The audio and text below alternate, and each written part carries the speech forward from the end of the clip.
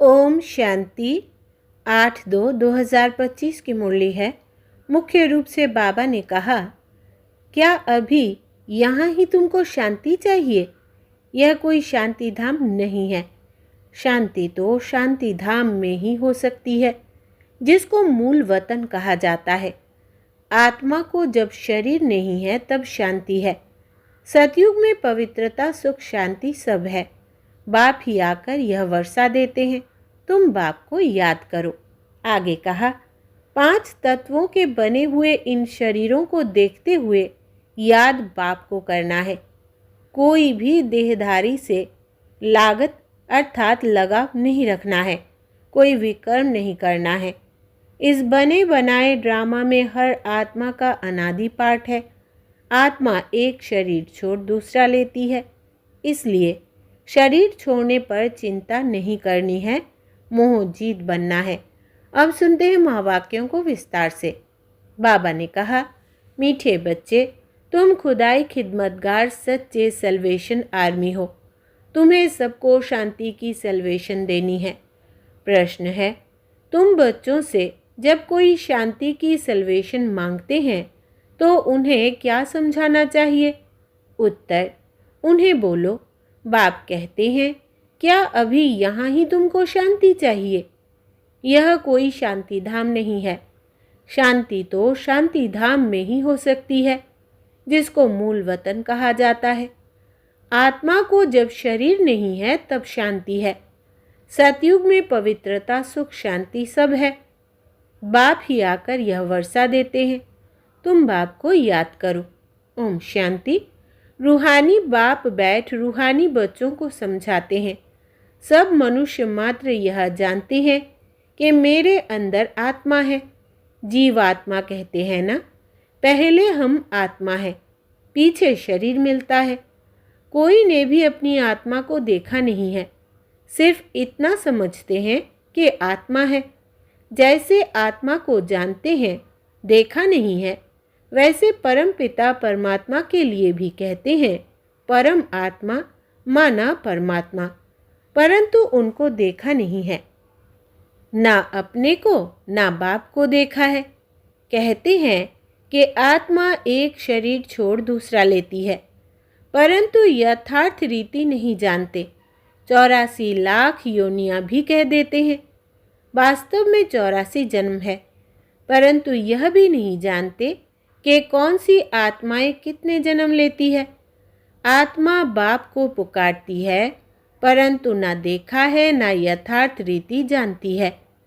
पहले तो आत्मा को यथार्थ रीति जानते, तब बाप को जानते। अपने को ही नहीं जानते तो समझाए कौन? इसको कहा जाता है सेल्फ रियलाइज करना। सो बाप बगैर तो कोई करा ना सके। आत्मा क्या है, कैसी है, कहाँ से आत्मा आती है, कैसे जन्म लेती है, कैसे इतनी छोटी आत्मा में 84 जन्मों का पार्ट भरा हुआ है, यह कोई भी नहीं जानते। अपने को नहीं जानते तो बाप को भी नहीं जानते। यह लक्ष्मी नारायण भी मनुष्यों का मर्तबा है ना। इन्होंने यह मर्तबा कैसे पाया, यह कोई भी नहीं जानते। जानना तो मनुष्यों को ही चाहिए ना। कहते हैं यह बैकुंठ के मालिक थे, परंतु उन्होंने यह मालिकपना लिया कैसे? फिर कहाँ गए? कुछ भी नहीं जानते। अब तुम तो सब कुछ जानते हो, आगे कुछ भी नहीं जानते थे। जैसे बच्चा पहले जानता है क्या कि बैरिस्टर क्या होता, पढ़ते पढ़ते बैरिस्टर बन जाता है। तो यह लक्ष्मी नारायण भी पढ़ाई से बने हैं। बैरिस्टरी, डॉक्टरी आदि सबके किताब होते हैं ना। इनका किताब फिर है गीता।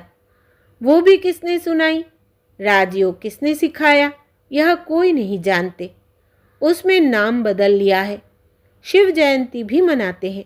वही आकर तुमको कृष्णपुरी का मालिक बनाते हैं। श्री कृष्ण स्वर्ग का मालिक था ना, परंतु स्वर्ग को भी जानते नहीं। नहीं तो क्यों कहते कि श्री कृष्ण ने द्वापर में गीता सुनाई? श्री कृष्ण को द्वापर में ले गए हैं, लक्ष्मी नारायण को सतयुग में, राम को त्रेता में। उपद्रव लक्ष्मी नारायण के राज्य में नहीं दिखाते, श्री कृष्ण के राज्य में कंस, राम के राज्य में रावण आदि दिखाए हैं। यह किसको पता नहीं कि राधे कृष्ण ही लक्ष्मी नारायण बनते हैं। बिल्कुल ही अज्ञान अंधियारा है। अज्ञान को अंधियारा कहा जाता है, ज्ञान को रोशनी कहा जाता है। अब सोजरा करने वाला कौन? वो है बाप। ज्ञान को दिन, भक्ति को रात कहा जाता है। अभी तुम समझते हो, यह भक्ति मार्ग भी जन्म जन्मांतर चलता आया है। सीढ़ी उतरते आए हैं, कला कम होती जाती है, मकान नया बनता है, फिर दिन प्रतिदिन आयु कम होती जाएगी। 3-4 पुराना हुआ तो उनको पुराना ही कहेंगे।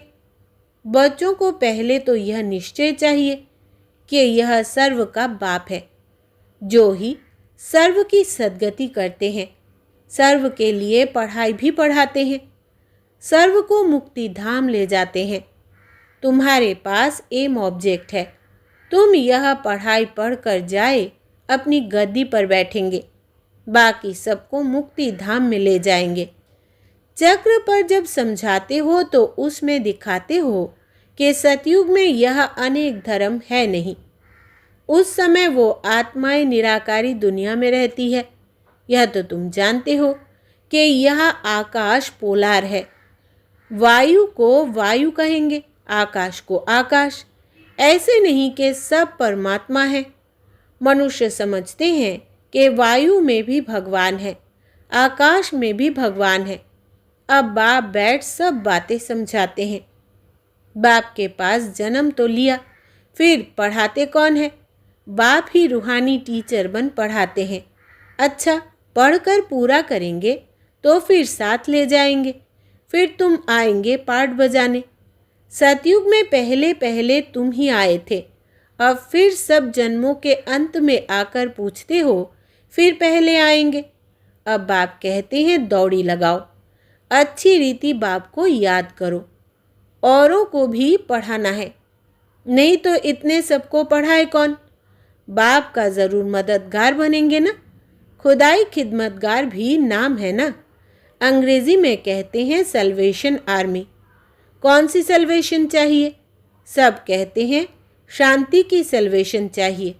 बाकी वो कोई शांति की सल्वेशन थोड़ी देते हैं। जो शांति की सल्वेशन मांगते हैं उन्हें बोलो, बाप कहते हैं क्या अभी यहाँ ही तुमको शांति चाहिए? यह कोई शांति धाम थोड़ी है। शांति तो शांति धाम में ही हो सकती है, जिसको मूल वतन कहा जाता है। आत्मा को शरीर नहीं है तो शांति में है। बाप ही आकर यह वर्षा देते हैं। तुम्हारे में भी समझाने की बड़ी युक्ति चाहिए। प्रदर्शनी में अगर हम खड़े होकर सबका सुने तो बहुतों की भूलें निकालें, क्योंकि समझाने वाले नंबरवार तो है ना। सब एक रस होते तो ब्राह्मणी ऐसे क्यों लिखती कि फलाने आकर भाषण करे? अरे तुम भी ब्राह्मण हो ना। बाबा, फलाने हमारे से होशियार है। होशियारी से ही मनुष्य दर्जा पाते हैं ना। नंबरवार तो है ना। जब इम्तिहान की रिजल्ट निकलेगी तो फिर तुमको आप ही साक्षात्कार होगा, फिर समझेंगे। हम तो श्रीमत पर नहीं चलते। बाप कहते हैं कोई भी विकर्म मत करो, देहधारी से लागत नहीं रखो। यह तो 5 तत्वों का बना हुआ शरीर है ना। 5 तत्वों की थोड़ी पूजा करनी है, वह याद करना है। भल इन आँखों से देखो, परंतु याद बाप को करना है। आत्मा को अब नॉलेज मिली है, अब हमको घर जाना है, फिर बैकुंठ में आएंगे। आत्मा को समझ सकते हैं, देख नहीं सकते। वैसे यह भी समझ सकते हैं। हाँ, दिव्य दृष्टि से अपना घर व स्वर्ग देख सकते हैं। बाप कहते हैं बच्चे, मन मना भव मध्याजी भव, माना बाप को और विष्णुपुरी को याद करो। तुम्हारी एम ऑब्जेक्ट ही यह है। बच्चे जानते हैं हमको अभी स्वर्ग में जाना है, बाकी सबको मुक्ति में जाना है। सब तो सतयुग में आ नहीं सकते। तुम्हारा है डिटिज्म। यह हो गया मनुष्यों का धर्म, मूल वतन में तो मनुष्य नहीं है ना, यहाँ है मनुष्य सृष्टि। मनुष्य ही तमो प्रधान और फिर सतो प्रधान बनते हैं। तुम पहले शूद्र वर्ण में थे, अभी ब्राह्मण वर्ण में हो। यह वर्ण सिर्फ भारतवासियों के है, और कोई भी धर्म को ऐसे नहीं कहेंगे। ब्राह्मण वंशी, सूर्यवंशी, इस समय सब शूद्र वर्ण के हैं, जर्जरीभूत अवस्था को पाए हुए हैं। तुम पुराने बने तो सारा झाड़ जर्जरीभूत तमो प्रधान बना है, फिर सारा झाड़ थोड़ी ही सतो प्रधान बन जाएगा। सतो प्रधान नए झाड़ में तो सिर्फ देवी देवता धर्म वाले ही है। फिर तुम सूर्यवंशी से चंद्रवंशी बन जाते हो, पुनर्जन्म तो लेते हो ना। फिर वैश्य शूद्रवंशी, यह सब बातें हैं नई। हमको पढ़ाने वाला ज्ञान का सागर है, वही पतित पावन सर्व का सद्गति दाता है। बाप कहते हैं तुमको ज्ञान मैं देता हूँ, तुम देवी देवता बन जाते हो, फिर यह ज्ञान रहता नहीं। ज्ञान दिया जाता है अज्ञानियों को। सभी मनुष्य अज्ञान अंधियारे में हैं, तुम हो सोजरे में। इनके 84 जन्मों की कहानी तुम जानते हो। तुम बच्चों को सारा ज्ञान है। मनुष्य तो कहते भगवान ने यह सृष्टि रची ही क्यों, क्या मोक्ष नहीं मिल सकता? अरे यह तो बना बनाया खेल है, अनादि ड्रामा है ना। तुम जानते हो आत्मा एक शरीर छोड़ जाकर दूसरा लेती है, इसमें चिंता करने की दरकार ही क्या। आत्मा ने जाकर अपना दूसरा पार्ट बजाया। रोए तब जब वापिस चीज़ मिलनी हो, वापिस तो आती नहीं, फिर रोने से क्या फ़ायदा। अभी तुम सबको मुँहजीत बनना है। कब्रिस्तान से मुँह क्या रखना है, इसमें तो दुख ही दुख है। आज बच्चा है, कल बच्चा भी ऐसा बन जाता जो बाप की पाग उतारने में भी देरी ना करे। बाप से भी लड़ पड़ते हैं। इसको कहा ही जाता है निधन की दुनिया। कोई धनी धोनी है नहीं जो शिक्षा दे। बाप जब ऐसी हालत देखते हैं तो धन का बनाने आते हैं। बाप ही आकर सबको धन का बनाते हैं। धनी आकर सब झगड़े मिटा देते हैं। सतयुग में कोई झगड़ा होता नहीं, सारी दुनिया के झगड़े मिटा देते, फिर जय जयकार हो जाती है। यहाँ मेजॉरिटी माताओं की है, दासी भी इनको समझते हैं। हथियाला बांधते समय कहते हैं तुम्हारा पति ही ईश्वर गुरु आदि सब कुछ है। पहले मिस्टर फिर मिसेस। अब बाप आकर माताओं को आगे रखते हैं, तुम्हारे ऊपर कोई जीत पा न सके। तुमको बाप सब कायदे सिखला रहे हैं। मोहजीत राजा की एक कथा है, वो सब बनाई हुई कहानियाँ हैं। सतयुग में तो अकाल मृत्यु होती ही नहीं, समय पर एक शरीर छोड़ दूसरा ले लेते हैं। साक्षात्कार होता है। अब यह शरीर बूढ़ा हुआ है, फिर नया लेना है। छोटा बच्चा जाकर बनना है। खुशी से शरीर छोड़ देते हैं। यहाँ तो भल कितने भी बूढ़े होंगे, रोगी होंगे और समझेंगे भी कि कहाँ यह शरीर छूट जाए तो अच्छा है, फिर भी मरने के समय रोएंगे ज़रूर। बाप कहते हैं अभी तुम ऐसी जगह चलते हो जहाँ रोने का नाम नहीं, वहाँ तो खुशी ही खुशी रहती है। तुमको कितनी अपार बेहद की खुशी रहनी चाहिए। अरे हम विश्व के मालिक बनते हैं। भारत सारे विश्व का मालिक था, अभी टुकड़ा टुकड़ा हो गया है।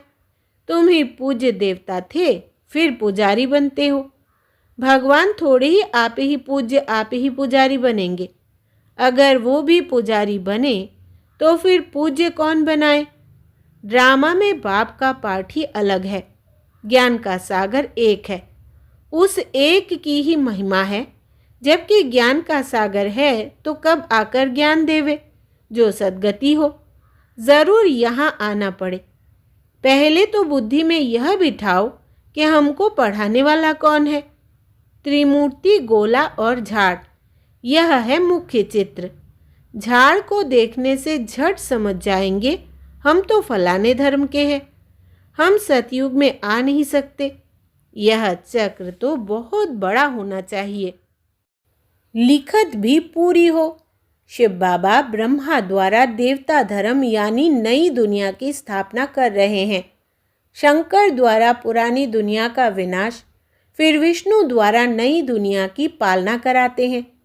यह सिद्ध हो जाए, ब्रह्मा सो विष्णु, विष्णु सो ब्रह्मा, दोनों का कनेक्शन है ना। ब्रह्मा सरस्वती सो फिर लक्ष्मी नारायण बनते हैं। चढ़ती कला एक जन्म में होती है, फिर उतरती कला में 84 जन्म लगते हैं। अब आप कहते हैं वो शास्त्र आदि राइट है व मैं राइट हूँ। सच्ची सत्य नारायण की कथा तो मैं सुनाता हूँ। अभी तुमको निश्चय है कि सत्य बाप द्वारा हम नर से नारायण बन रहे हैं। पहली मुख्य यह भी एक बात है कि मनुष्यों को कभी बाप, टीचर, गुरु नहीं कहा जाता। गुरु को कभी बाबा व टीचर कहेंगे क्या? यहाँ तो शिव बाबा के पास जन्म लेते हो, फिर शिव बाबा तुमको पढ़ाते हैं, फिर साथ भी ले जाएंगे। मनुष्य तो ऐसा कोई होता नहीं जिसको बाप, टीचर, गुरु कहा जाए। यह तो एक ही बाप है, उनको कहा जाता है सुप्रीम फादर। लौकिक बाप को कभी सुप्रीम फादर नहीं कहेंगे। सब याद फिर भी उनको करते हैं। वो बाप तो है ही। दुख में सब उनको याद करते हैं, सुख में कोई नहीं करते। तो वो बाप ही आकर स्वर्ग का मालिक बनाते हैं। अच्छा, मीठे मीठे सिकिलधे बच्चों प्रति माता पिता बाप दादा का याद प्यार और गुड मॉर्निंग। रूहानी बाप की रूहानी बच्चों को नमस्ते। हम रूहानी बच्चों की रूहानी बाप दादा को याद प्यार, गुड मॉर्निंग और नमस्ते बाबा नमस्ते।